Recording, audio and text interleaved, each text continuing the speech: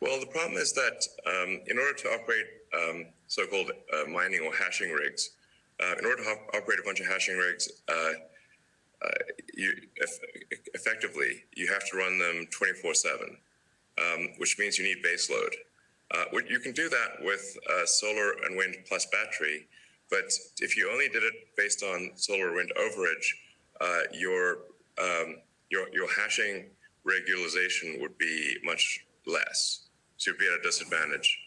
Sure, hydro or geothermal are great as renewable means. I'm also pro nuclear. I think modern nuclear power plants are safe, contrary to what people may think. I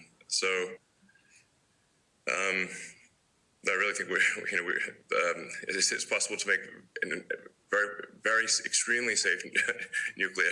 I'm talking about fission. You don't need fusion. And then, of course, fusion. You just got that big fusion reactor in the sky called the sun. It comes up every day. But I think a combination of solar and wind plus stationary storage will get you that base load, so you can run hashing 24/7.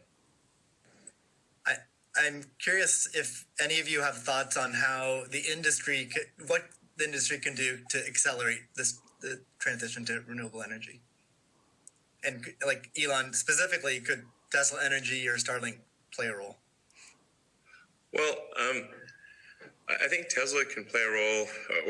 Tesla's literal reason for existence. The reason I've put so much of my life energy into Tesla, which is a lot. In fact, I would say that I've had some pretty tough life experiences, and Tesla is responsible for probably 2/3 of all personal and professional pain combined. Just to give you a sense of perspective there. So this is a hella hard situation.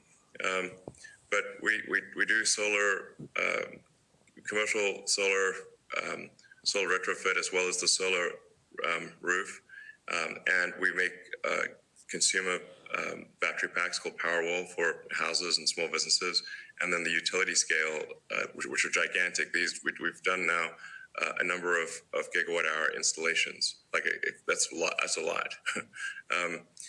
And a lot of them actually have been for load leveling the grid. Mostly they are, and combined with the first really big one we did, which is 100 megawatt installation in Australia. That's actually helped stabilize a huge portion of the South Australian grid, because it's able to react so fast.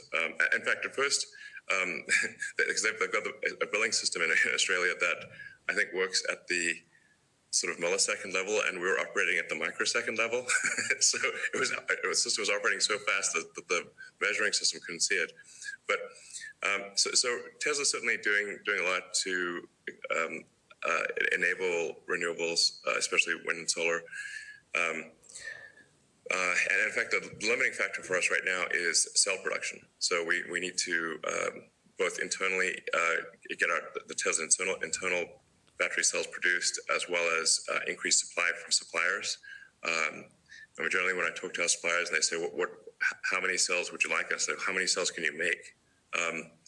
Because sometimes they're concerned, well, is Tesla going to compete with them on cells? I'm like, no. If you want to make the cells, be our guest. It's just that we need a crazy number of batteries, and they need to be done. It also needs to be mined and produced and manufactured in an ethical and environmentally sound way.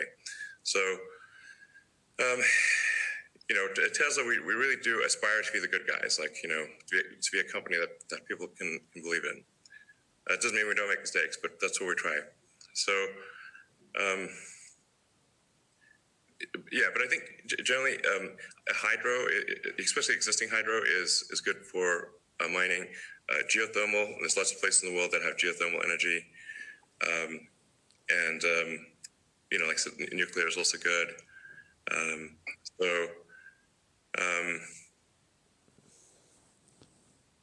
I think just as I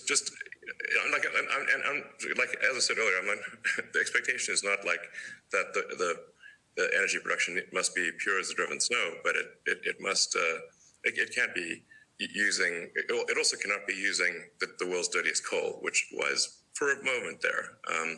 So that's just difficult for Tesla to support in that situation. So I think, but I do think long-term renewable energy will actually be the cheapest form of energy. It just doesn't happen overnight. But as long as there is a conscious and determined and real effort by the mining community to move towards renewables, then obviously Tesla can support that. Elon, you've tweeted before that any wallet that doesn't user their private